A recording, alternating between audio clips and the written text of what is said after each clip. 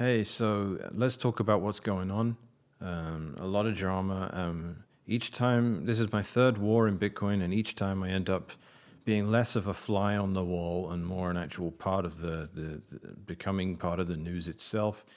And I don't, as much as my ego might enjoy that, I also I don't want to contaminate the message at all because I'm hesitant to even do these videos, and hands down, I've tried like 5 times now to come on here and talk about what's going on because I don't want to mess up. I don't want to have any sort of technical inaccuracy in what I'm saying because what I'm going to talk about is so important that if I give the bad actors in the space that are attempting to destroy what we have the ammunition they can use, any ammunition they can use by way of technical inaccuracy or apparent egotistical, self-serving motivation and all that stuff, then I'm going to harm something that I need to be absolutely careful to get right. I've tried very, very hard throughout my entire history in Bitcoin to be incredibly careful when I engage in arguments with people that are trying to gaslight or astroturf. I've been there before, and it's difficult and it's thankless. And I haven't put down my phone for 3 days, except when I'm on my laptop, in which case it's the same thing. And I can barely sleep. I can barely think about anything else except this. And Joyce is sitting up there. You know, I've barely seen my kids, and we finally got to spend some time, relaxing. We went to a Bitcoin meetup tonight, and then that's nice because you're talking to humans instead of staring at a screen the whole time. So that's helped me sort of collect my thoughts a bit and maybe be able to put together something that people can watch and can understand why I'm thinking the way I'm thinking, and where all this drama's come from, and why I got banned from the Bitcoin Core GitHub temporarily. I'm no longer banned, but I am kind of unable to really comment on anything because the way GitHub works, if you block someone and you make a pull request, the people that you blocked can't comment on that pull request. I don't know if that's like a per account setting or that's a global thing, but either way, I'm kind of on, in the I'm kind of blocked out from really discussing stuff to do with Bitcoin at the moment. Bitcoin Core, that is, on the GitHub, which is obviously the most relevant venue because that's where code goes to either get merged into Core or to get rejected or to just get kind of shelved. So obviously I have a massive issue with Core at the moment. They're attempting to do two things which I find extremely objectionable and in absolute service of the most destructive thing you can do to Bitcoin, which ultimately is to try and destroy its culture. And when you attempt some sort of culturally subversive thing, people will say Bitcoin has no culture and all these platitudes and these naive, denials of the fact that humans do operate with a tribal mentality, and you do have characteristics of different tribes of people, and you do have modes of operation, and you do have cultural norms. Bitcoin has a whole bunch of these, and they're all really good. We all say things that basically champion the sovereignty of individuals, and encourage the maximum responsibility of people participating in this system. You have these principles. Don't trust, verify. Not your keys, not your coins. And these are really important things for people to offer as mantras. And it defines us as a community. And people will reject that, and people are allergic to these kinds of principles. But the fact that there are a bunch of people that will reject that, like herding cats, is an acknowledgement of the fact that you have this group of animals called cats that act in a similar fashion. It doesn't understand the meta point I'm making here. Yes, you have a cat, which is something that's basically untrainable. But the point is that if you see another cat, you can expect it to act in a similar way. And Bitcoiners have a kind of vibe. And this is the thing. What drives the decisions in the default implementation? What in a year from now, your node is going to be working a bit differently to how it works today. What are the motivations for those changes? What kinds of things are we prioritizing when we make those changes? And they all have to be congruent with a human-oriented design and something you can explain without any sort of appeal to technical lingo. I just want to use money. I want to download an app that allows me to use money without third-party involvement. And the way it works in every other in a lot of other situations, is like, I want to drive a car, so I'm going to get a car, and I want to message someone on Telegram, so I download Telegram and I use the Telegram app and I use that to send messages to people. You don't ask someone else to do it. It's not like, I'm going to get a driver's license so someone else can drive around in my car or something. Or I'm not going to ask you to download Telegram and message people on my behalf. I'm just going to do it. I want the communication app, so I download it and I use it. And Bitcoin just worked that way at the beginning. It was, you download the Bitcoin app, and that's what you used to use permissionless money, and it was a node. But there was no Bitcoin core, there was just Bitcoin. This was before that got renamed, and it was a massive psychological mistake, because now people Bitcoin, and there's this bit of software called Bitcoin Core that you can use, and it's seen as a tertiary optional thing. But it's the app. That is the app. You need the app to use it. You don't download third-party apps and then have someone else do this stuff for you, because then you're back to the world of needing permission for stuff, and that violates the principles that people hold dear in this community that inform all of the things that allow people to be sovereign individuals. If you act like a sovereign individual and you have that as a sort of cultural norm, the way in which the application itself and the protocol develop reflect those values, and it comes round in a circle. So if you act free and you expect freedom to be prioritized, the people that are working on the protocol you're using will in turn develop it in such a manner, or they will go against the general wishes of something that's with the ethos. And then you freak out and you get furious about it, and you leave, you kick up a stink, you cast aspersions on people, you accuse them of corruption, all these sorts of things that are really ugly, and they happen in a decentralized ecosystem, and it's messy, it's horrible. This is my third war in the space, as I said. But yeah, the point is, keep it in human terms. This is just not a technical debate at all. It's supposed to be money. And Bitcoin came out as being this fantastic thing that no one ever saw coming, except we've been working and trying to get something like this forever. But it's a blockchain, and you can run a node, and people copied it and made loads of other things, and they tried to add features and all that. But none of those people had freedom as a kind of mindset and a priority. So none of the technology reflected it. So, and then that's where, again, it becomes important to understand this on a human level. And if you do, you're far more aware of what the whole point of this is than if you're just some genius computer scientist. Those guys don't necessarily understand any of this, because you can copy everything about Bitcoin on a technical level and have absolutely nothing. You can make some token, you can copy every single last line of code in it, but you're not just going to magically have a decentralized network of human beings that prioritize a certain kind of tech and want it to work a certain kind of way. That takes time, and that takes guts, courage, it takes conviction, it takes just every degree of hard work from so many people all over the planet to make a thing like that happen. And that's why you get to say, we have Bitcoin and they have their shitcoins over there. And if you're just a computer science guy, you look at them and go, well, that thing's just Bitcoin with another feature. Except it isn't, because it doesn't have any other people involved, and none of them the people that are involved don't care about freedom, and they will sacrifice a bunch of stuff that they don't appreciate the value of, like the ability to run a node. They might pay homage to it with some sort of meaningless gesture. Yes, you can run an Ethereum node. Yes, you can run a Solana node, but no one does, because it's not a priority in those communities. And as a result, it becomes runaway cost. It's so expensive. You're going to need a data center to be able to do it. So no one really does it, which means the people that are attracted to that communities don't care about it. So it becomes less of a priority, and you get a vicious circle towards complete centralization. And complete centralization is death.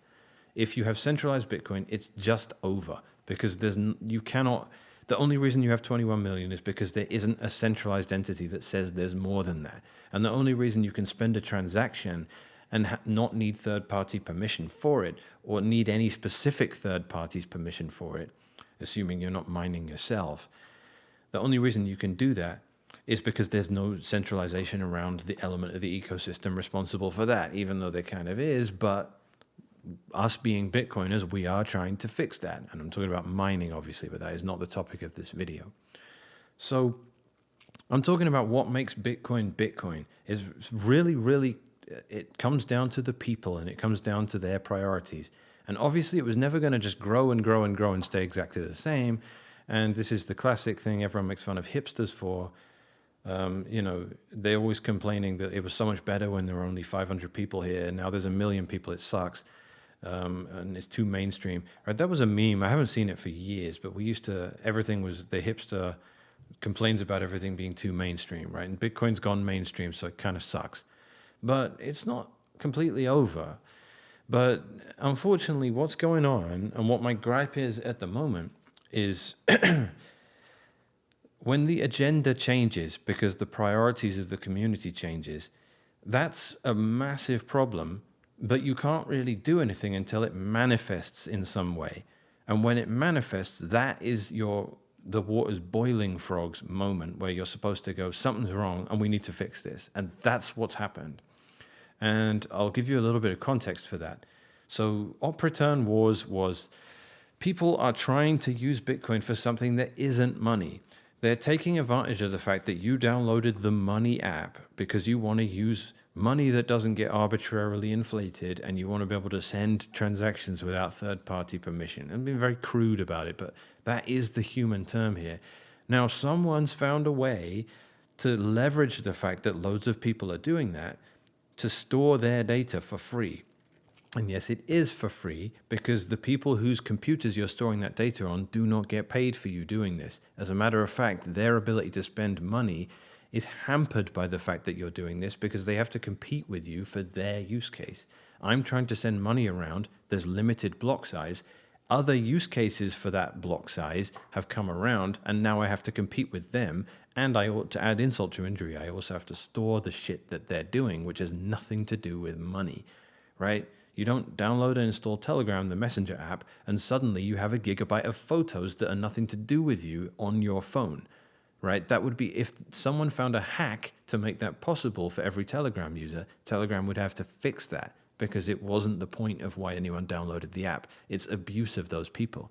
So that's what you have in Bitcoin. They are philosophically no different from one another. Having the history of financial activity on Bitcoin on your device is no different from having, you can describe it as storing data, right? And people are being deliberately obtuse about it when they say Bitcoin is a database, but they are not talking about it in human terms. Bitcoin isn't, no one is into Bitcoin because they want to store a generic database of generic files on their computer. They're into it because they want to use money without third-party permission. And the extent to which they need to store a bunch of data on their machines to do it is a byproduct of them wanting to use money.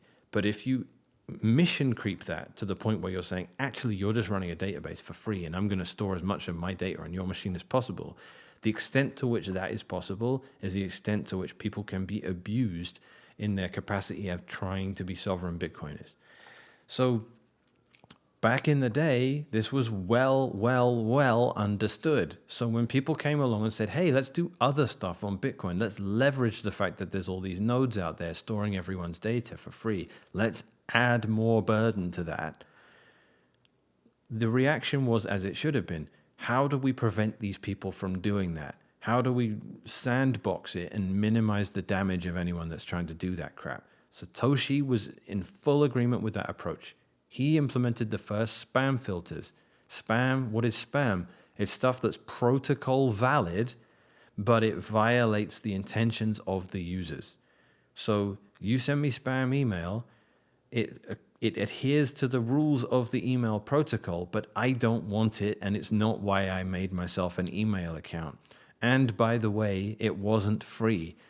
You still had to buy a computer and an internet connection to send spam to people. That doesn't suddenly make it okay. So if you're spamming people's nodes, the fact that you paid a transaction fee to a miner to get into a block doesn't make it okay, and it doesn't make it just something no one needs to ever care about or create any sort of qualitative difference between someone uploading JPEGs to everyone's phones without the permission and people engaging in financial activity because they want to be sovereign monetary users, right? They are not the same thing. Yes, on a technical level, if you draw it out into an abstract sense, there's no difference. It's all just data. But bear in mind, you can't put 300 people in a car because it's not a jumbo jet, right? And you can't drive a car, 30,000 feet up in the air because they are both transport. And if you want to come at me and say, hey, they're both just transport, you can't treat them as any different from one another, I'm going to say you're an idiot. And I'm so tired of engaging with people that want to try and pull this whataboutism and this philosophical wank.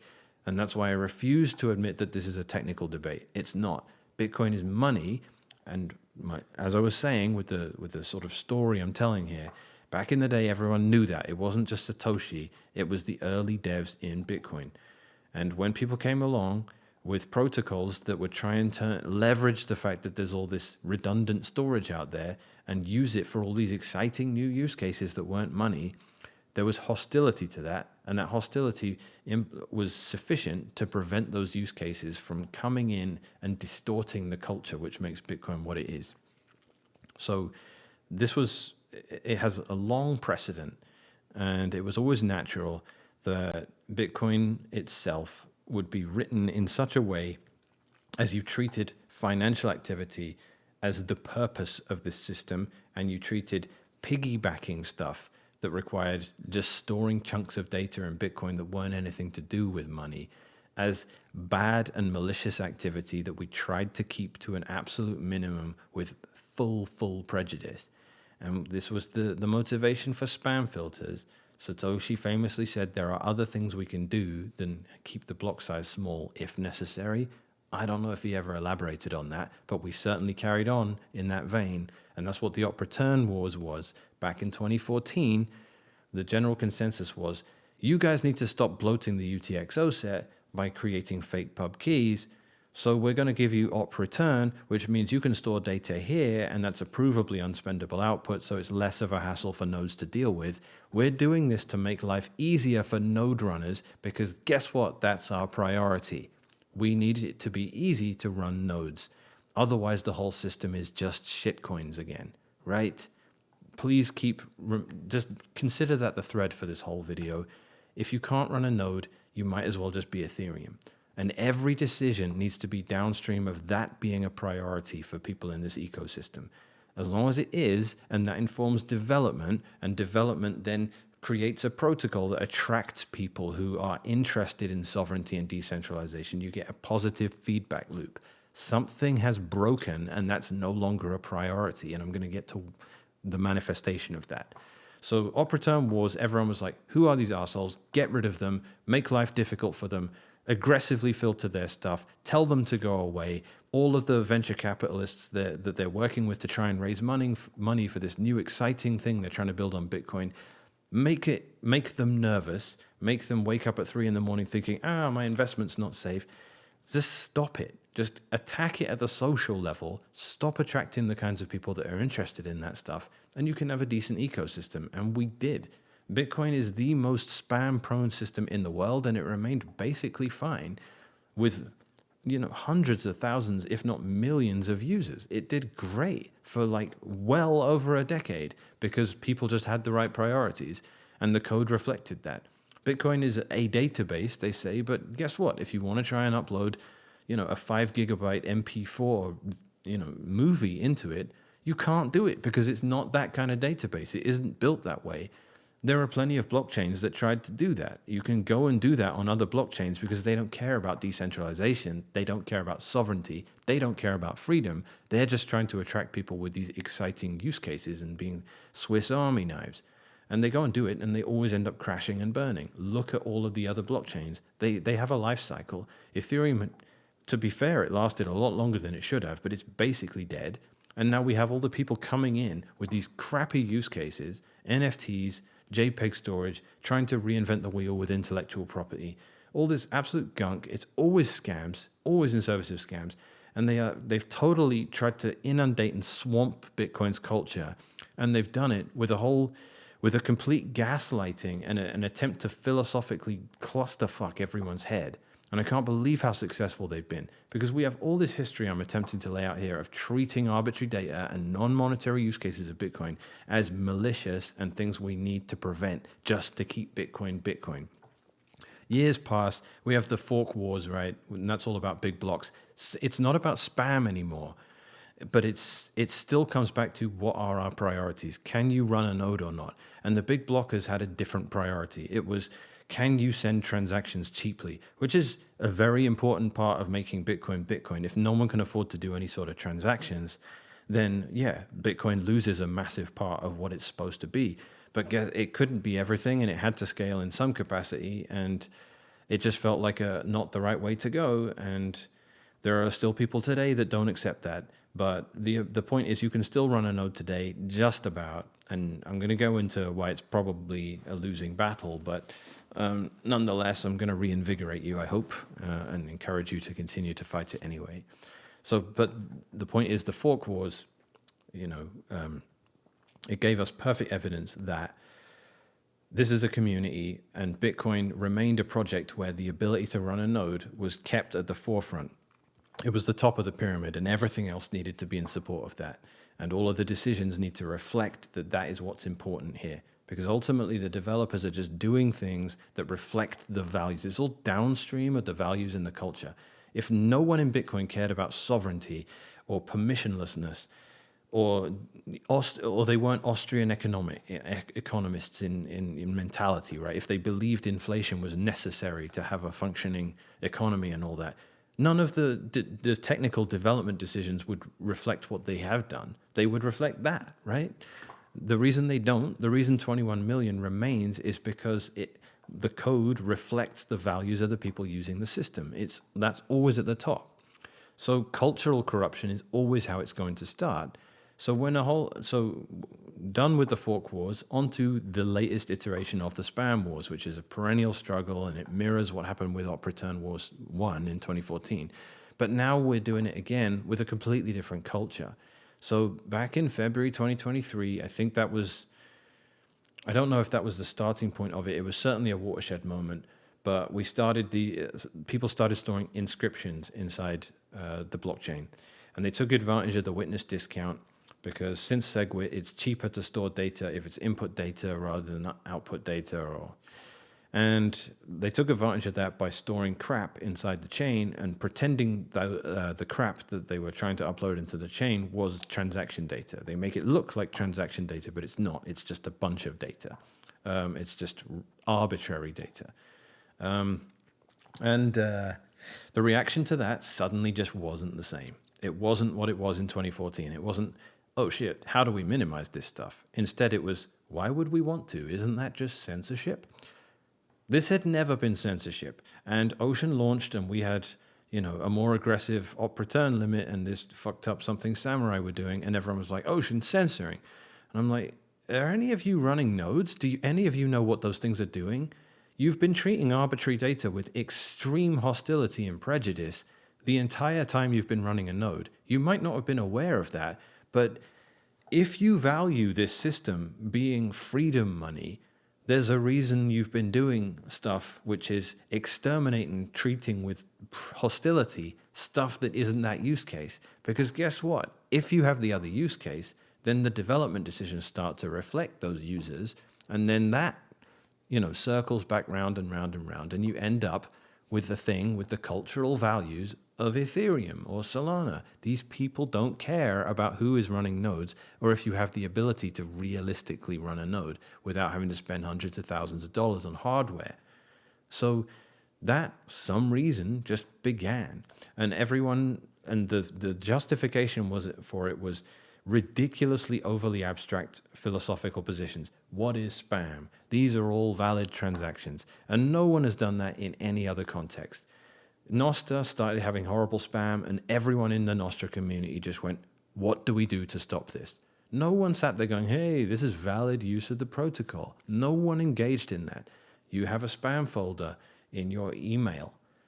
Does anyone question the need for that thing? Does anyone resent the fact that So much of what goes around using the email protocol is stuff that is not what you're interested in, that doesn't reflect the reason you have an email account.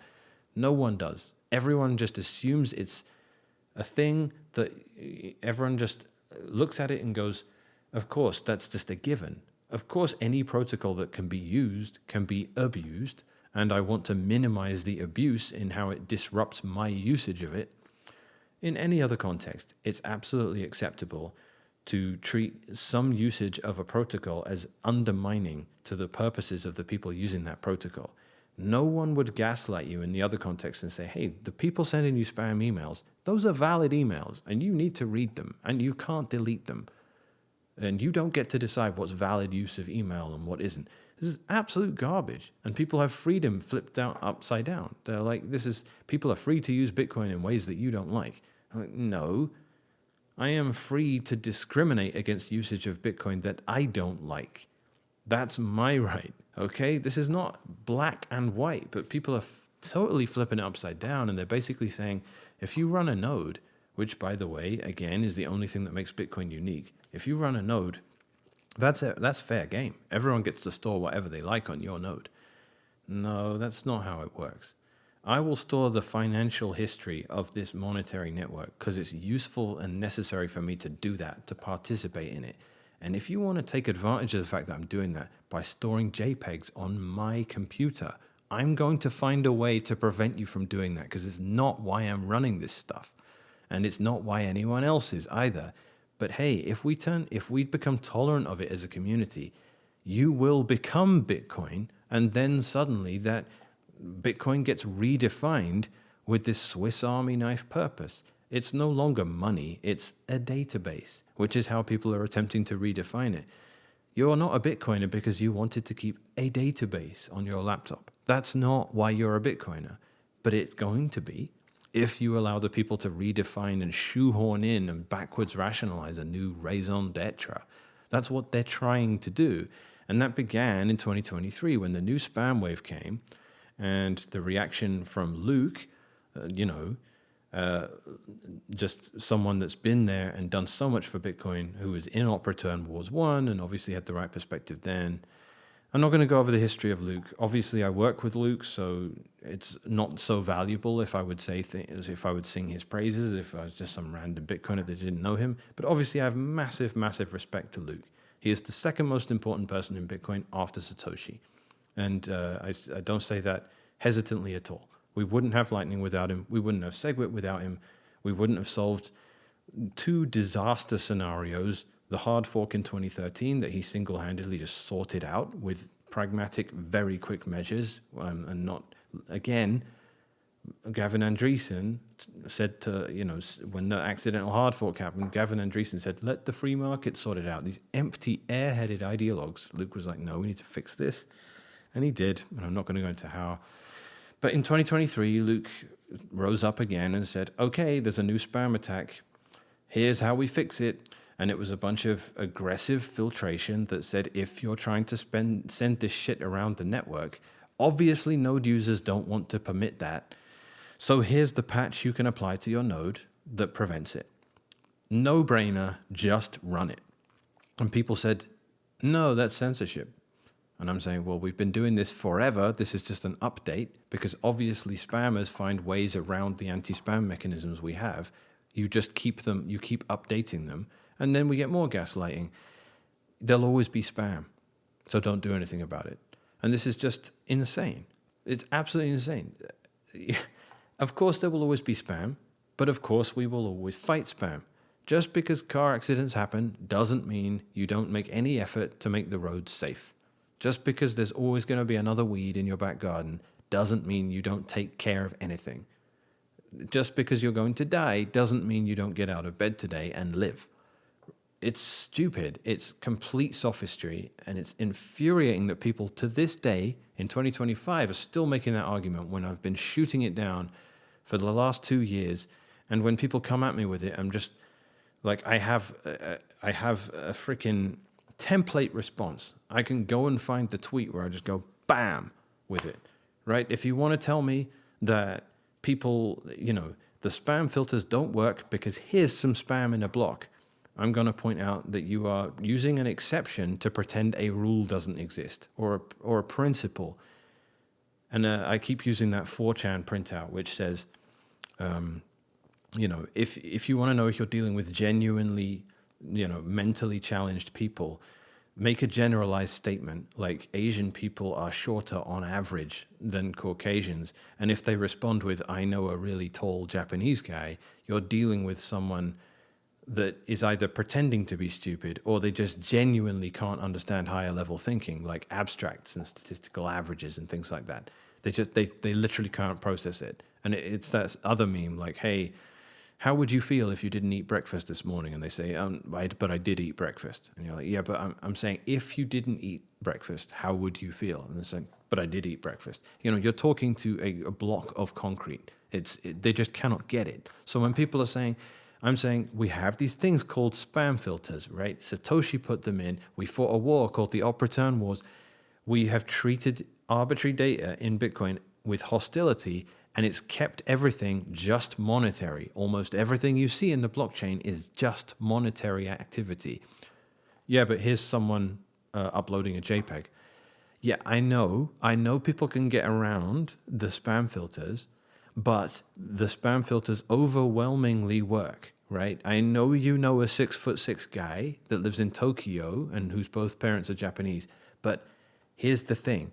I'm making an average statement, right? Most of the time, if you pick a random white guy and a random Asian guy, the white guy's going to be taller than the Asian guy. Maybe only 60% of the time is that true, but it's an average, right? Doesn't matter. I know a guy that's 6'5" from Japan, so don't care. This is what I've been dealing with. This is the level of intelligence people are engaging in this debate with, and it brings the entire system of Bitcoin crashing down. It just takes a while to do it. And I'm not being melodramatic. I'm not overstating the case at all. This ruins Bitcoin because it's a complete cultural inundation of people that don't care about sovereignty or freedom or the ability to run a node or any of the things that stem from that logically. They just want to abuse an assumed public resource that they don't care about, any of the practicalities of why that thing exists or how you might maintain it or the necessity for it to be there. And they just want to abuse and abuse and abuse until it's gone. If you take a bunch of if you take 85,000, which is around how many nodes there are on the network, if you take all those people's machines and you go, I'm just going to store as much crap as I can that has nothing to do with why you're doing that, and actually is another use case that competes for the same limited block space and makes your life more expensive and more cumbersome and just is downright insulting to you. And I'm not even going to think about the consequences of it because they don't care. Scammers are here for 1 quarter. They're here for a couple of months. They're going to sell their pictures of cats and then they're going to disappear, right? They're selling JPEGs. They're selling NFTs. They're doing all sorts of things that we know are just flash in the pan scams. We've seen Ethereum reinvent itself each scam wave after each scam wave. And that's the kind of mentality these people are bringing because there isn't really that much use in putting stuff in Bitcoin's blockchain that isn't financial data. There's commitments and proofs you can put in, but those are always tiny. They're just hashes. You don't need to upload actual data into Bitcoin because it's super inefficient to do it. And generally, most of the use cases these people pretend to be having, it's enough to prove that something existed. You don't need to actually you don't need to keep the data independently. You can have the elections of an entire country. You could just hash them and put the hash in the blockchain. And then when anyone contests it, you say, well, look, here's the data. And if you don't trust it, hash it again and it will come out to the same thing. That's one op return, right? Most of the time, if there's a legitimate thing, it's out there and it's been happening. And that's what open timestamps has been. No one really had much of a problem with that. It's not what Bitcoin is for. It's not money, but it's also not super abusive either. And it's a tiny percentage of what goes on. Fine. All right, go for it. But, the attitude became so lapsed and there was so much philosophical gaslighting that it was impossible to do anything about it. So Luke's reaction in 2023 was, here's the patch. All of you people running nodes, which keep the network special, here's the update. you need to run this if you want to deal with these malicious people that have come along and openly said they want to attack Bitcoin and destroy it. They mean it and they're trying to do it, but for some reason no one seems to care. But here's the patch, and no one ran it, and they objected to it, and they called it censorship and all this stuff because they just don't understand any of this history, and they don't understand what keeps Bitcoin different from all the shitcoins. And it didn't catch on, and it was a fight for months and months and months. And Ocean launched, and we didn't launch with any particular, nod paid to the spam wars because it was just kind of an unspoken subject at the time. And when we launched, we had just our default template, which had the new filtration stuff in it, and people were like, "Oh, Ocean's censoring! I can't believe this!" And I just was caught off guard. I didn't know how to explain it. I didn't understand anything as well as I do now. I didn't know the history. And I've had to learn all that, of course, over the last few years. But everything I learn just builds my conviction in the fact that Bitcoin is, in how bad the attack that is going on at the moment actually is, and how insidious and how calculated and how damaging it is. And, time progressed. Things moved forward, and the spam wars continued. Ocean managed to grow and grow, and people got less hostile, and slowly people started to come around. Wait a minute, there are two types of things. You can store monetary data, and you can store data that isn't that. And of course, there's no technical distinction, but there is always a subjective difference. Like, just telemarketers and calls about extended warranty on your car are qualitatively different in a way that you can subject. Everyone would agree there's a collective subjective analysis that calls about your car's extended warranty are a nuisance and spam and not why we have a cell phone. But calls for your mum or dad are something you're going to want to answer, and why you have a cell phone, right? So, like, just saying it's all just phone calls, and there's no point pretending there's any difference from the perspective of the user. Again, it's really annoying because it's such obvious gaslighting, and I just can't believe how well it worked. And so when Luke said, here are the new filters, Bitcoin Core said, we're not touching this, we're not implementing it.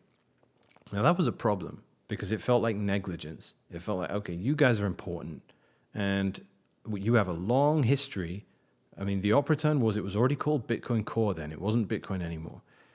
The op return was, back then, all the people steering the ship that are supposed to be just a reflection of the desires, of the values of the community.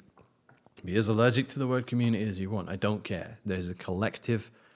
There is something you can make. You can make assumptions around your average Bitcoiner based on a certain kind of mentality, and it's convenient to call that a community and to call those values, and it just triggers people. But again, I'll remark on the irony that the fact that they all get triggered the same way proves the point that you have expectations and, continuous kinds of traits among Bitcoiners. Again, that was reflected. Those values led to them going, how do we stop this stuff?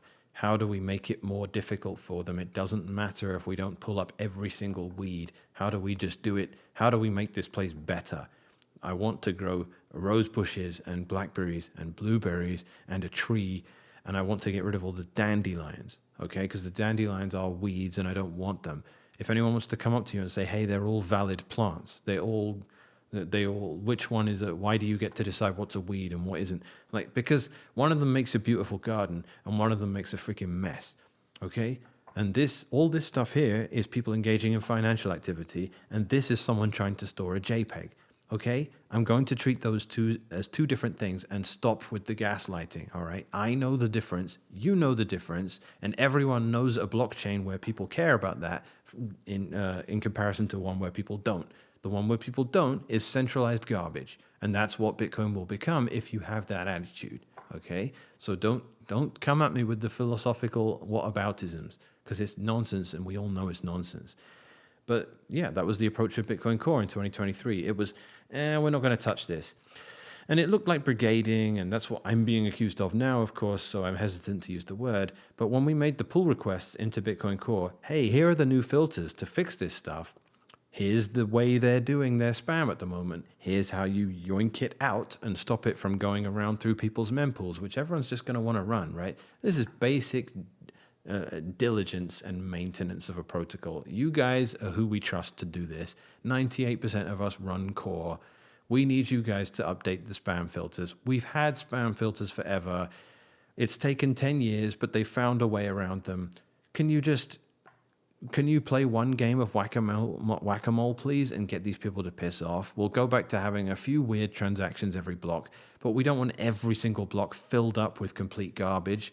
Guys, can you take this problem seriously?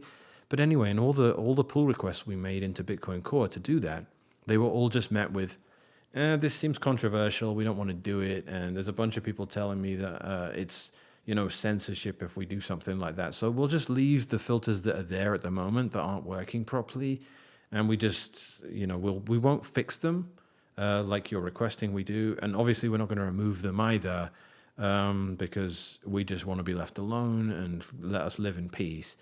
And maybe we've been corrupted and compromised, and you might have some conspiracy theories around that. And I was always hesitant to make those kinds of accusations. I didn't. I wasn't ever going to call Bitcoin Core corrupt, okay? And lots of people did. A lot of people I agree with that are fighting the same battle I'm fighting were like, Bitcoin Core corrupt. It's time to fire all of them. I was trying to not use that kind of language, right? I was obviously annoyed. I was very passionate about the fact that they wouldn't do this. And I was very upset by it. I felt like it was negligent. I felt like it was cowardice. But I never felt like it was actual straight up malice or, financial, and like they were getting backhanders from all these scammers that were trying to throw spanners in the works or wrenches in the works. I never felt like it was that in 2023. I just felt like it was negligence and some successful philosophical gaslighting, pretending that suddenly there's no difference between arbitrary data and financial activity. I was like, really? All right, we're buying that narrative now after 15 years. Suddenly that's true. Or 14 years it would have been. So that sucked. And I just kind of watched, and the spam waves happened. They'd come, they'd go, they'd come, they'd go. And it just basically butchered. It added a new area of volatility into Bitcoin that just was really not helpful. Trying to bootstrap people using it as a medium of exchange rather than just digital gold is not easy because there's capital gains tax. No one accepts it. There aren't merchants anywhere where you can go. No one is buying their groceries or their gas or paying their mortgage or any of this stuff with Bitcoin unless they found a bunch of hacks where they can do it. And then there's all these tax implications and all that. It's a massive headache. It's not anything like, hey, I bought 3 Bitcoins with my life savings and then didn't do anything for 5 years and it went up in value. That's just way easier, right? Medium of exchange is annoying. But then you add, like medium of exchange, the price of doing transactions in the blockchain suddenly is going all over the place because, there's a new rune mint today, or there's a new cat JPEG minting protocol going on next week. And then the fees are like 1,000x what they were for the last month for like 4 days. And then they drop down to nothing again. It's just like, imagine, hey, I'm going to get a driver's license and buy a car and then start a business. But the price of gas goes between, $3 a gallon and $5,000 a gallon randomly. It's like, you can't build anything on that. So you just abandon it and go for another approach. So that's basically what happened with the fee market. And so you're in the middle of this unbelievable bull market where we went above 100 grand, went down to 70 something, and now we're almost back on full swing at 95 grand.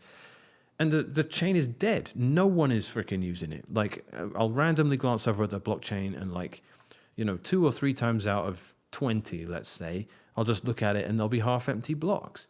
In the middle of a bull market, there's a reason for that. It's because you had this other use case come in and just completely butcher people trying to slowly, organically adopt Bitcoin as a medium of exchange. And there are other reasons for that too. So I don't really want to sit here and blame that. There's not a direct cause and effect relationship there. You do have influencers like Michael Saylor just not giving 2 shits about the medium of exchange use of Bitcoin because they're too ignorant to understand why that maintains the system. And that sucks, and that's also a big reason for it. And then you also have, on the bright side of it, you have Lightning, and Lightning actually works really well, and lots of people use it. And that means that could also be somewhat of an explanation for why you have such an empty blockchain. And that would be just kind of Lightning working as we designed, right? So I'm kind of happy about that. So there's a mix of factors. So I just wanted to mention that because it's kind of relevant, but at the same time, kind of not.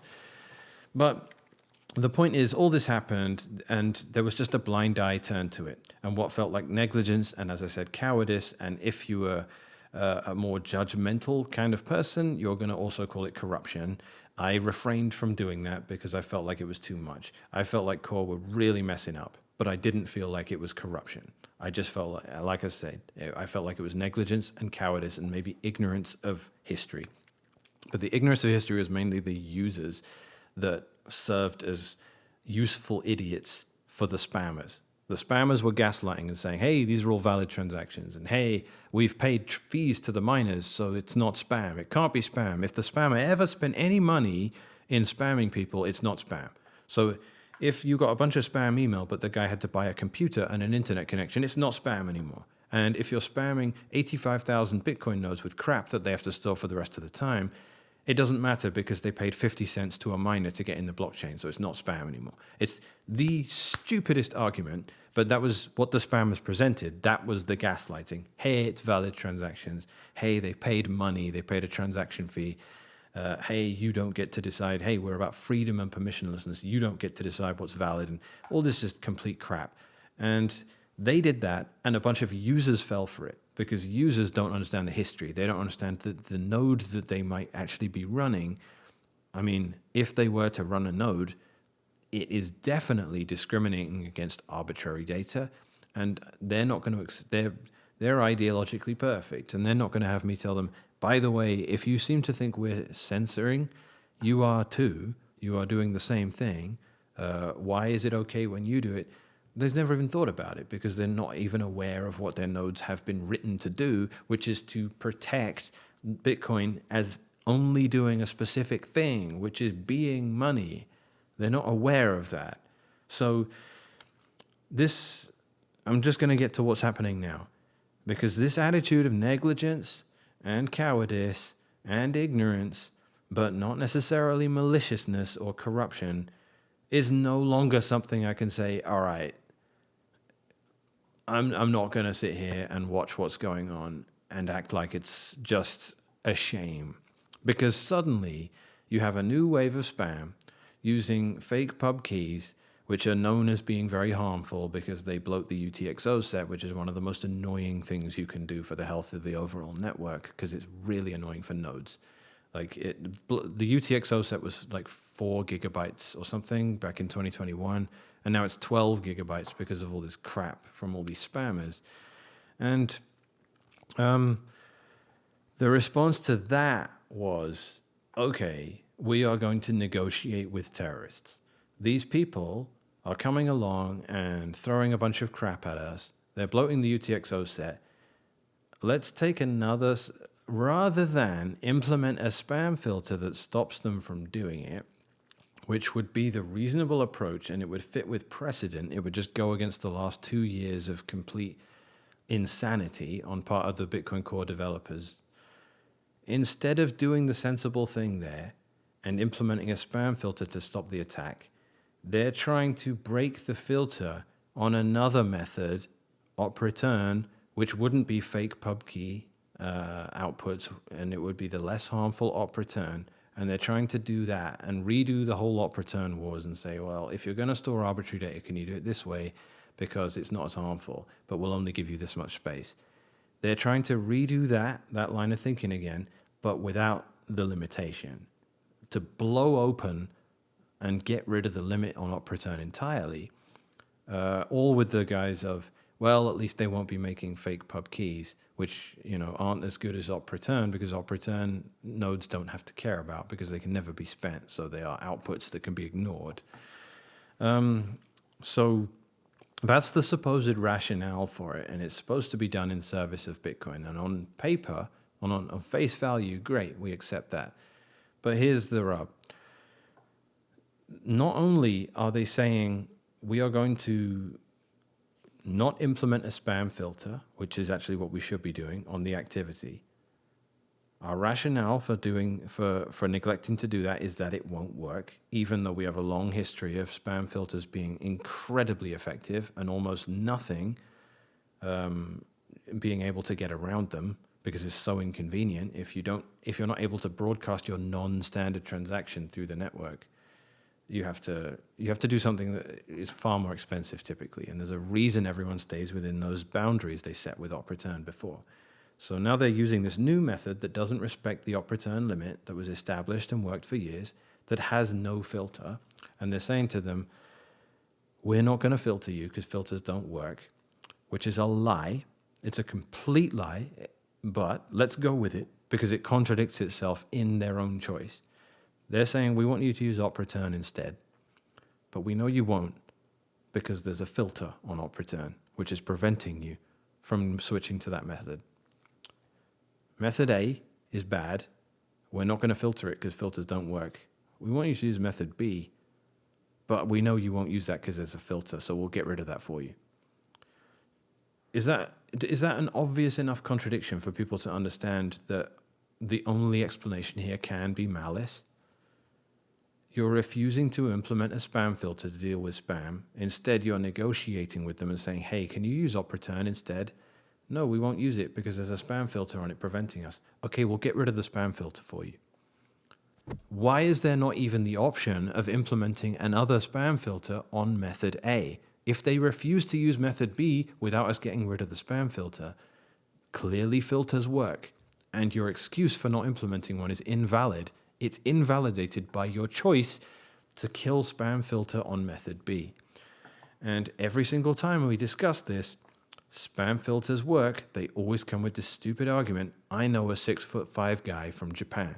So your argument that Asians are shorter on average is not valid. Spam filters work.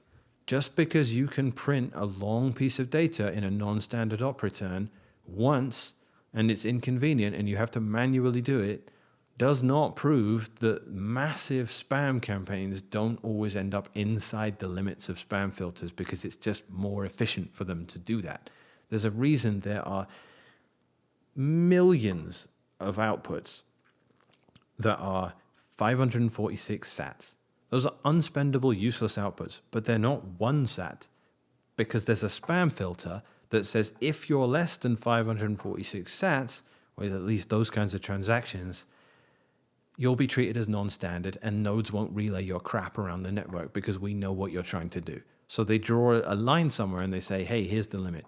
What did we do with that? We made the spam 546 times more expensive, and because filters work, that is the nature of the spam you see. You don't see it all as one sat outputs because that's just too annoying for them to do. We have evidence all over the place. 99% of, more than 99% of what ends up in the blockchain is within not just consensus, but within the confines of spam filters because they work. And even if you don't believe me, this is all obviously true, but even if you don't believe me, the people that are saying, we will not implement a spam filter on this outright attack on the network that would easily stop it because we don't believe it would stop it. We don't think spam filters work. We are instead going to negotiate with these terrorists and we are going to tell them to move to method B, which apparently they are refusing to do because there's a spam filter there preventing them. This is just so obviously self-contradictory. Again, you can only assume malicious acting. And then once you accept the fact that, wait a minute, I think Bitcoin Core are in on this, there is some maliciousness here, they are lying. Once you accept that as being possible, which is a horrible thing to accept, everything starts to make a lot more sense. Though invoking people as having agendas or being corrupt makes you sound like a conspiracy theorist, and it's something you can only point to evidence of rather than the actual origin itself. Sometimes you can find smoking guns, like people on boards of directors and investors and things like that. But even then, it's all kind of conjecture, but you know an agenda, you can smell an agenda, and when you see it manifest, which was something I said like 45 minutes ago in this rant, when you see, hey, we don't have the values we used to have anymore, and that's the end of it. It's just, when's the time to freak out about it? We're inundated with shitcoiners. All of the shitcoins have died. They have all these use cases they've been trying to bully Bitcoin into accommodating for way over a decade. Eventually, they managed to get somewhere. And now they're trying to put all this crap into Bitcoin that will go round and around. The more of these assholes arrive and the more tolerant we are of them, the more their presence influences the decisions of developers. And then the more that happens, the more the protocol starts to cater towards people that are interested in that use case. And the more of those people come along, the more development has to cater to them. And it goes and it self-reinforces and self-reinforces to the point where, why do you run a node? I don't know. It's just a graveyard of garbage, scams. It's complete nonsense. I can't afford to use the blockchain because it's full of absolute trash. I'm not going to run a node any more in that system than I would run an Ethereum node because I'm completely disinterested in it. You're squashing out the sovereign users, the people interested in money and freedom, and you're replacing them with a different culture. This is the point. 1,000 Bitcoiners, if that was all there was in Bitcoin, is stronger than 10,000 Bitcoiners that are cypherpunks in a context of 10 million shitcoiners that are also part of Bitcoin. You understand? It's about the ratio. Bitcoin can survive if everyone in it's a cypherpunk, even if it's tiny. It can't survive if the cypherpunks are completely drowned out by people that are not interested in using the network in a sovereign capacity. And everything needs to be done in a way that reflects nodes as a top priority. If nodes are not a priority, then you are just a shitcoin. It's just a matter of time. And so the maliciousness that we can infer is present in core. Just there's a lot of insult to injury, right? I think I do understand moderation policies, right? And I didn't come on this video to cry about being banned from the Bitcoin Core GitHub for 24 hours, and now I can't like interact with anything really because I'm blocked by a bunch of people in core. I get it, right? Who am I? I've never contributed a line of code to Bitcoin Core, right? And that was their moderation policy. But here's the thing with moderation policies. You make them ridiculously strict, and then you can engage in selective enforcement, right? Jason is up there arguing with them on the pull request for them to absolutely obliterate this limit on op return. And they haven't kicked him out.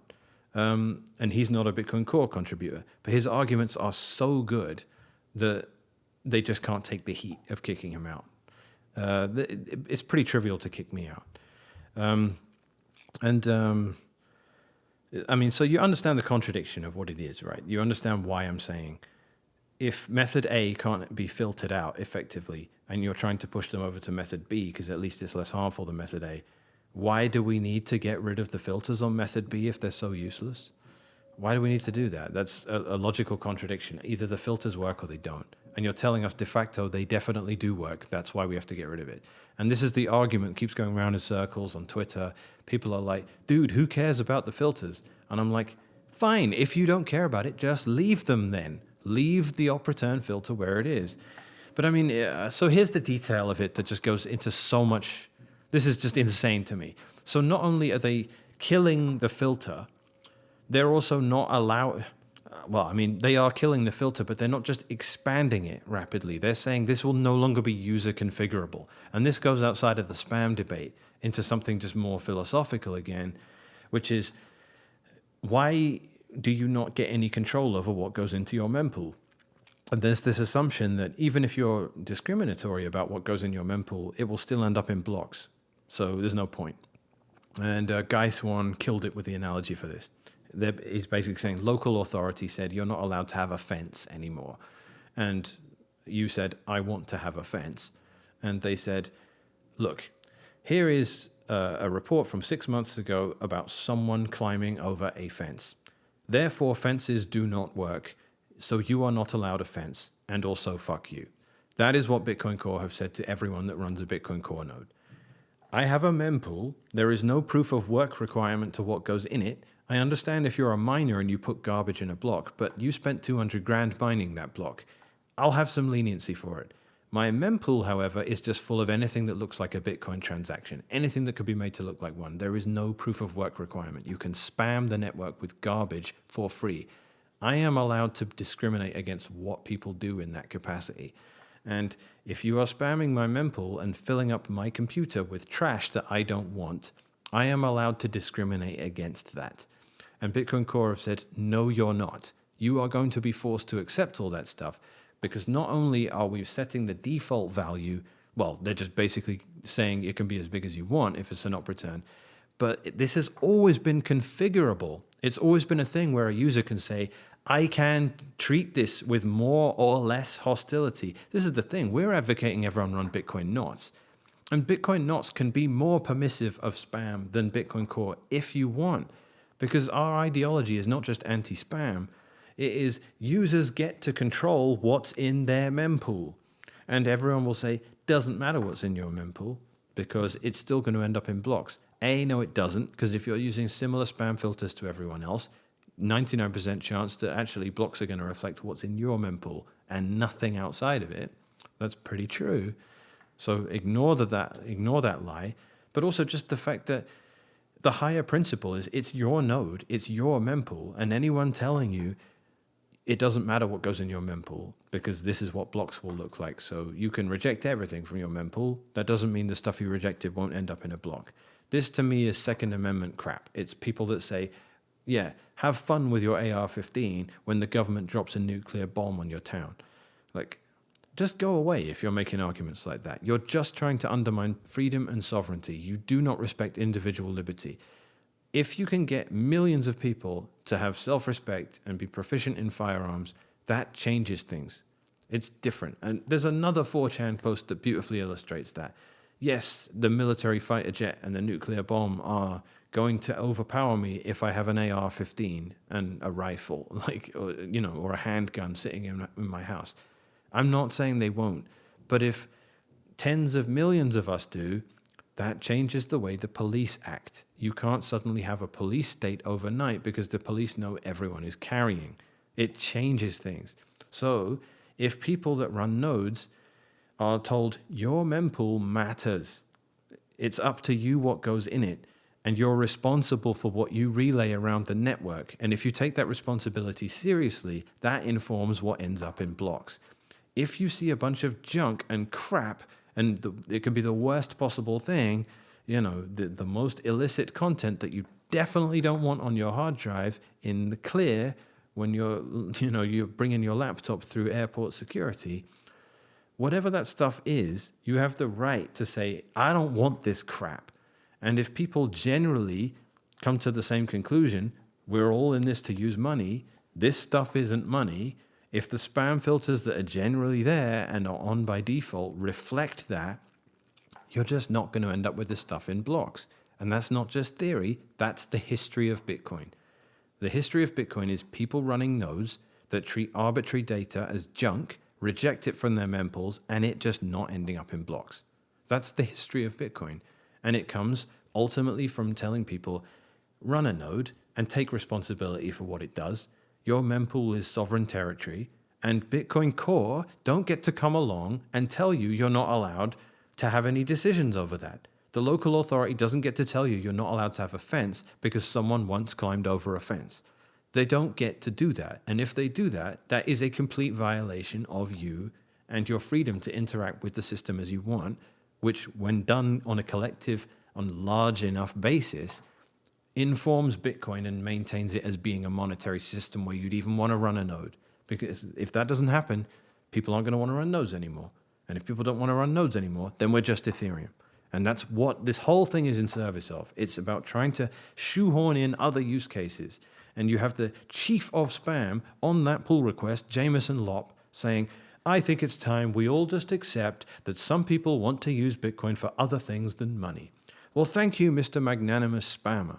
Thank you, His Royal Highness, for coming and offering your great wisdom in this matter, for telling me that this monetary network I've been engaged in for 14 years and treating as money is something where I need to just accept a bunch of people that declare themselves attackers, start holding Core to ransom, corrupting everyone, and forcing shit onto my computer that I have no interest in whatsoever, that ultimately undermines the entire system.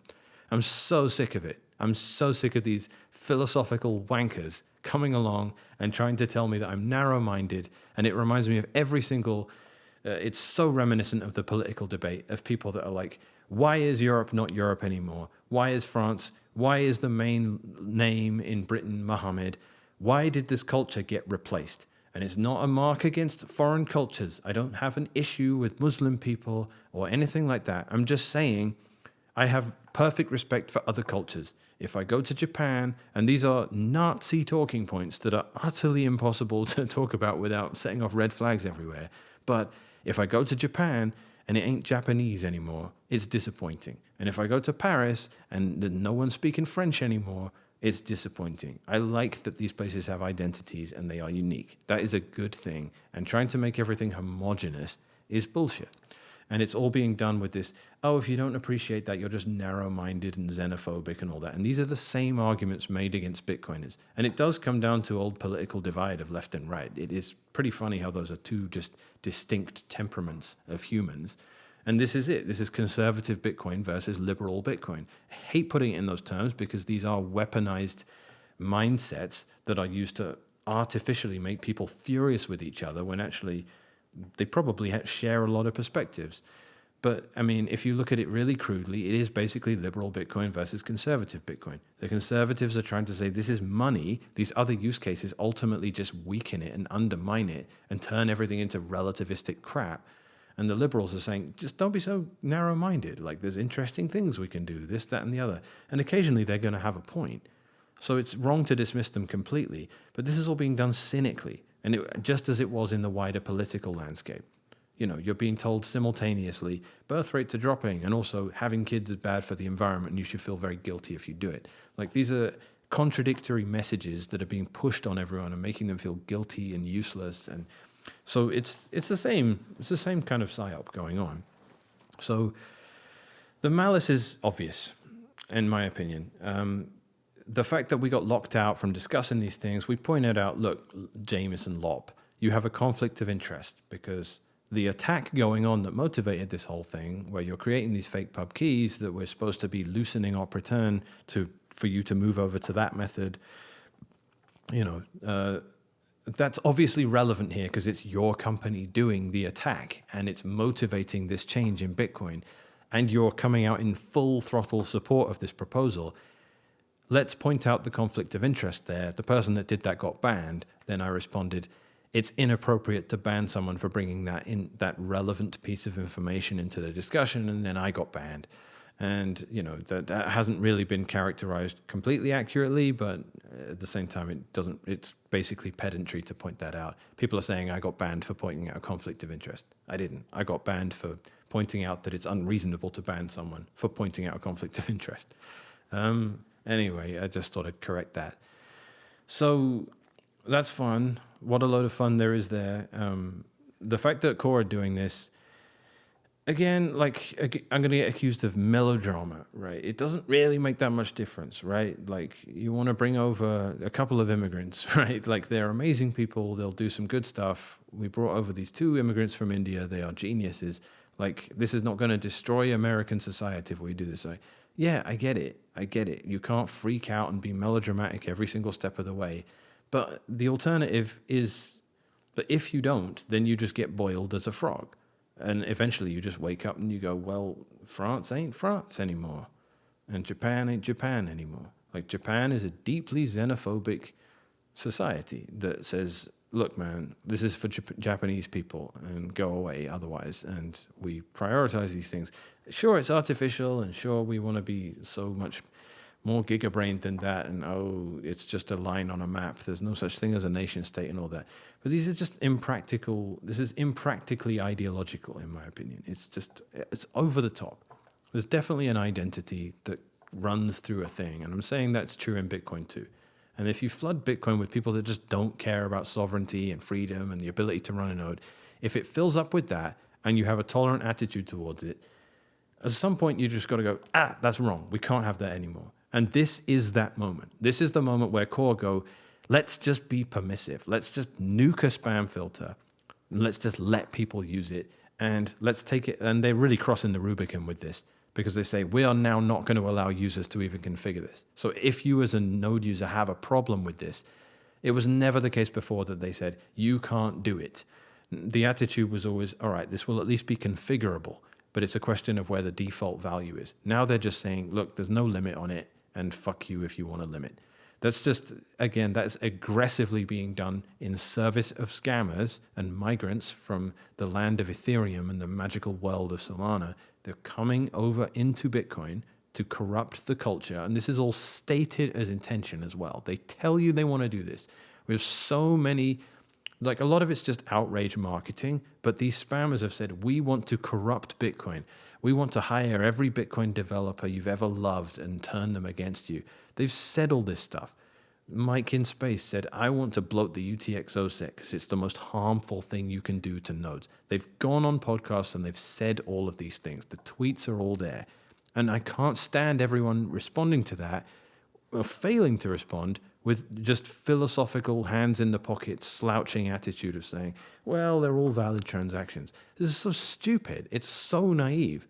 And like, well, I'm not going to do the cultural analogy again with open borders and all that stuff, but you see similar attitudes there. Like, you see the contradiction of we need to be tolerant and we need to open borders, and that will be in specific reference to a culture that does not have that as a value. So the people will come over and be like, right, I am this religion and I do not believe in any other religion, and I will aggressively I will not tolerate other religions. I will be here, I will aggressively push mine, and my religion is not a Christian religion where I believe all humans were created equal. I believe there is supremacy for a certain group of people. You know, you're looking at you can't treat someone that has that attitude as though they have yours, because they don't. You don't treat your enemy as someone that is just the same as you. You acknowledge the fact that they do not see you the way you would like to see them, right? I mean, this is all, I'm trying to put this all in an abstract sense that shouldn't offend anyone, because it's just obviously logical, right? You can't have an attitude of open-mindedness with people that seek your destruction. And I'm not saying there's I'm not like trying to have some sort of low effort racist perspective here that I'm dancing around. I'm literally putting it in abstract terms. I'm probably I know what people will take from what I'm saying here, and I'll just, in the interest of just making this video happen and not have to record it again, I'll leave it in. But I think the attitude that Bitcoiners have is that same naivety, right? These people are saying, hey, we want to mess up your ecosystem and damage it as much as possible. And we're just responding with, oh, well, we're into freedom here, so kumbaya and, enjoy making your valid transactions. Like, it's very, very, very naive, and it's very reminiscent of, this is the future liberals want, right? It's that same stupid, just kumbaya bullshit. So, yeah, you have all of that. That's the context we're in. And I'm saying that's the moment. So you have the inundating of a new culture.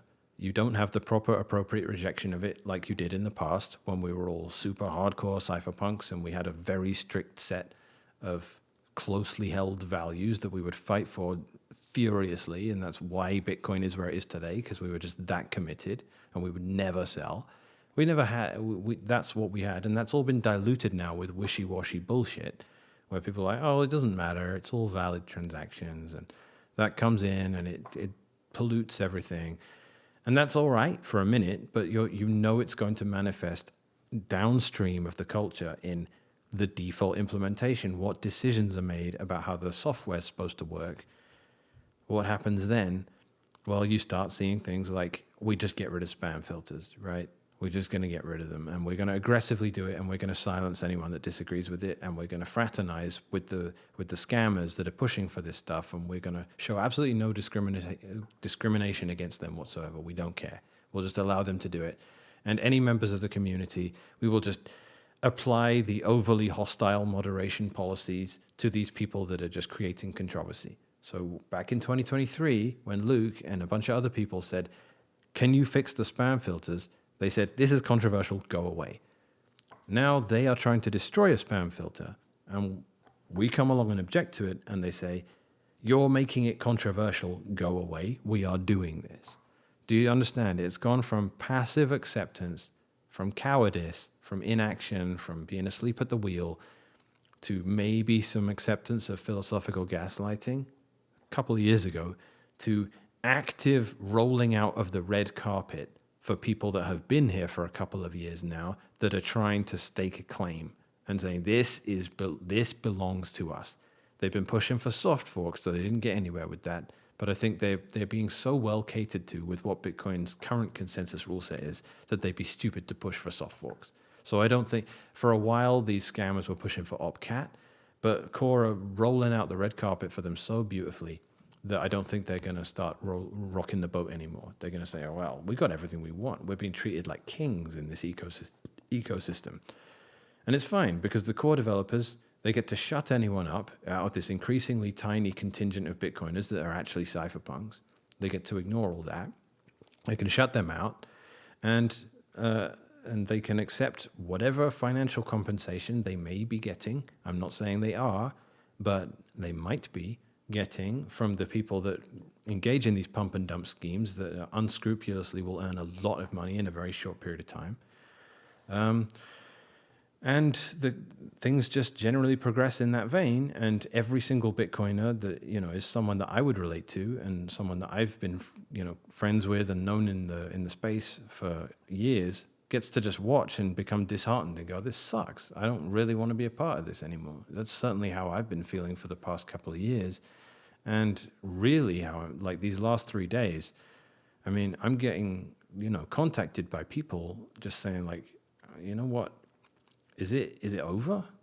Is this the end of it? Because we know what's coming. We know that you're rotting it from the inside out. So it might look fine on the outside. Yeah, $95,000. Like, but if the core rots and you understand architecture and no one else living in the building does, you just get out. You're like, this sucks. I'm out of here.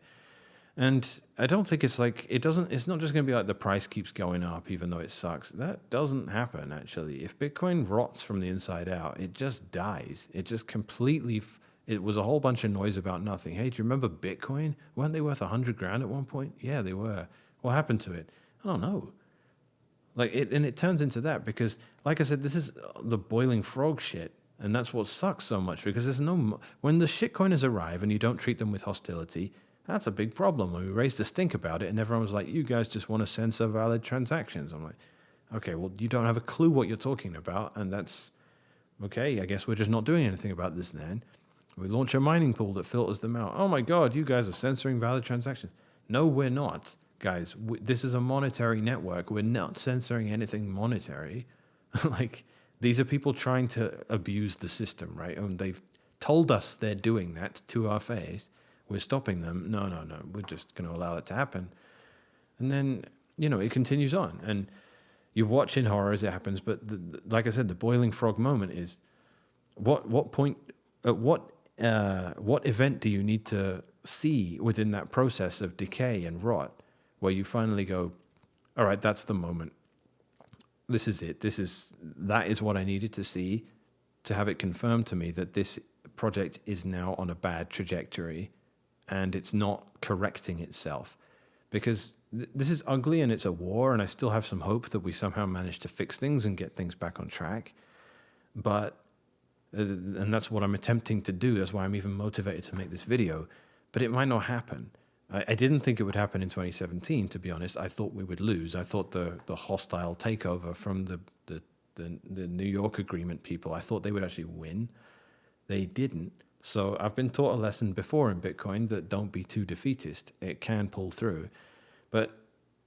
And actually back then we had Core against us. Bitcoin Core were against us. We wanted SegWit. We released a client that would force miners to activate it, and they told everyone not to run it.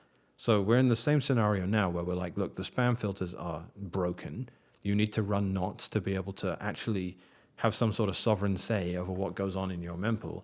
And they're telling everyone again, just don't run it. It's a joke. It's crap. It's, Taproot wizards are spreading rumors that there's a bug inside Bitcoin knots.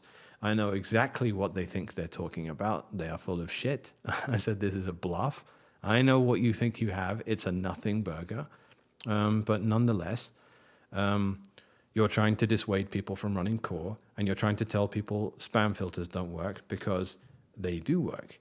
And it's just Asher Hop killed it. Every single shitcoiner out there says Lightning doesn't work, it's vaporware, because it kills your shitcoin. That's why you're saying that, not because it's true. And for the past 2 years, they've been saying spam filters don't work because they kill your shitcoin on Bitcoin. That's what they kill, and that's why you're telling everyone they don't work, because you're trying to gaslight us. Of course spam filters work. So it's up for users to assert themselves now and say, all right, Core have lost the plot again. It's not the first time. It won't be the last time. But the aggressiveness with which they're trying to push it through and the contradictory logic of why they need to do this should alert everyone to the fact that things are not okay and they need to be corrected. And that's on you. Bitcoin is freedom money. You don't get freedom if you refuse to take responsibility for yourself and for the tools you are using to achieve freedom. And if the tools you need to use in this context are, you need to be running a node, you need to use that node, and it needs to be Bitcoin knots or something like Bitcoin knots that doesn't exist but allows you the same features as Bitcoin knots. In reality, that's the only option out there. Bitcoin Core is now overtly attacking Bitcoin. They are downstream of a culture that should never have been allowed in the first place, that wants to turn your node into redundant cloud storage for free. It's doing it along with a bunch of philosophical gaslighting in order to lessen your defenses to it and to make you feel like you're engaging in some ideological faux pas for having any issue or self-respect. All of that is something that you have to violently oppose. And now is the time to do it. There's every reason why we can see this is happening. I've laid it all out step by step. The reason Bitcoin Core are doing this is because Bitcoin Core is downstream from where all the money and the culture is in Bitcoin, and the cypherpunks are getting drowned out. The sovereign individuals are not being listened to. They are being muted and kicked to the side. You need to listen and do what you need to assert yourself. We don't have to be a majority. It was a tiny number of us that managed to get SegWit activated, and we did it against Core, and we did it against all of the money and all of the companies in the space trying to force us to use something else. But here's the thing, the spammers aren't doing something that is an alternative to Bitcoin Core. It's all a bit technical, a bit complicated, but ultimately we helped Core survive, even though Core were against what we were doing to help them. In this case, it's all just Core. So it is harder, but every battle has a slightly different, the allies and the enemies are all slightly different. There's too many jurisdictions within Bitcoin for it to be clear who the friends are and who the enemies are. There's a lot of people that have personal issues with me, that mutually blocked, who don't speak to each other, that I've fought side by side with in previous battles. So it's always different where the battle lines are drawn, but for me, it's always been the same principle.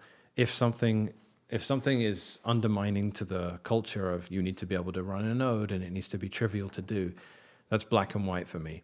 If you're undermining that, I don't care. I fought 2 wars about that being important in the first place. I'm more than ready to fight a third, and you guys are attacking it. You're telling nodes they're not allowed to choose what goes on in their mempools in service of filling the blockchain up with complete garbage in order to get on both knees, in order to bend over for every single spammer that comes along and can fill everyone's head up with enough ideological junk to believe they have no right to defend themselves. This is complete betrayal. It's complete sabotage of the system, and it might manifest in a few more op returns in some blocks if and when they finally forcefully push through this change. Does that kill Bitcoin overnight? Of course not. Was Mechanic just being melodramatic the whole time? This doesn't really matter, does it? TikTok, next block, Bitcoin's fine no matter what happens. Yeah, come and talk to me in 5 years. And if the blockchain is an absolute ghost town, and if no one's running nodes, I don't care what the price is, if no one's running nodes and the blockchain is a ghost town that's either empty or full of complete trash, if everyone's using Bitcoin, but they're all using it through trusted third parties, and you're just saying, how did it get like this? I'm going to say, because back then you didn't fucking do anything. I'm telling you, this is the decline. And this is the moment in the decline where you get to look at Core and you get to play a bit of politics. You get to look at it and make more melodrama out of me getting banned off GitHub or whatever. Is it a big deal? I don't really care that I got banned off GitHub. But you have to play the cards you're dealt. And you have to say, this is where I draw the line. And anyone that wants to turn around and say, well, isn't that a bit arbitrary? Yeah, fine. All lines are drawn in arbitrary spaces at some point. But to me, this is the moment. If you don't stand up, we didn't stand up sufficiently in 2023, and that was just inaction in the face of a new wave of spam. It was cowardice, like I said. But now it's active sabotage. They've done it, and they've done it with extreme prejudice. They've been hostile in their approach. They've been heavy-handed. There's Bitcoiners all over the place that don't touch this stuff. I've had Max Kaiser. I've had Samson Mao. These people don't touch this stuff. When the spam first showed up, okay, Max was a bit like, he was spoke incredibly, rudely, I guess I would say, about the Taproot wizards and the spammers and stuff. So he's always kind of had a big issue with it. But I didn't expect to see the kinds of retweets I ended up getting from just Bitcoiners I haven't really spoken to in a while, that I didn't think were paying that close attention. They were like, Mechanic got banned off GitHub because they're trying to facilitate as much spam as possible. And he's got an issue with that. Not okay. And, Warren, Tagami, and all these just like random Bitcoiners. Adam Back is even on side, right? So when I got banned, Adam was like, this is not a good look. Why are you doing this? Why isn't anyone countering his point? That why are you just nuking a spam filter? Why isn't anyone actually explaining why you would do that? And this is Adam Back, right? Line 3 of the white paper. There's a lot of Bitcoiners out there like, this is not acceptable. So ride the wave, get on board, and push hard. Tell Core to go and fuck themselves. Stop running it. Start running knots. Be aggressive. Tell these node implementations. Go and tell Umbrel. Go and tell Start9. Why do you still have Core on your marketplace? This is actively sabotaging the whole project. I'm not going to use your thing if you're talking about this. If you're pushing people to use this as a default. Final point. Whenever you orange pill someone and they ask, and you tell them about running a Bitcoin node, they ask, where does this Bitcoin Core software come from? Who runs this? Don't they control how many? 21 million, there are only 21 million Bitcoins, you tell me. Who makes this software? Don't they just decide that? What's your answer to that? Well, no, they don't control it, because if they control Bitcoin, and well, they do control Bitcoin, but if they did something bad, then everyone would just stop using that bit of software and use something else. So the power of open source, baby. All right, we've told enough people that, and it was a theoretical fix to what happens when the devs go rogue. They've gone rogue. Now you have to prove that that's actually true, and that the whole system doesn't just ignore the bad actors and carry on and act like nothing's gone wrong. At the moment, 96% of you are all running Bitcoin Core. That needs to be less than 10% immediately. That needs to happen. If it doesn't, then we were lying to everyone when we said it doesn't matter if the CIA infiltrates Bitcoin Core, we'll all just immediately stop using it. Okay, maybe you didn't put it quite as flowery language as that. Maybe you said it will take some time, and maybe that's exactly what we're about to see. But I don't see anything like the movement we need to see. This is completely unacceptable, and it needs to be aggressively parried with a complete and utter, thorough cultural rejection. And this is all politics. None of this is particularly technical in nature, so don't feel drowned out by people, throwing techno babble at you and telling you and making you feel out of your depth when it comes to the tech. I'm still not that technically advanced in this stuff, but I definitely am qualified to speak on this, and so is every other Bitcoiner if they watch this video. So I'll leave it at that. Thanks for watching.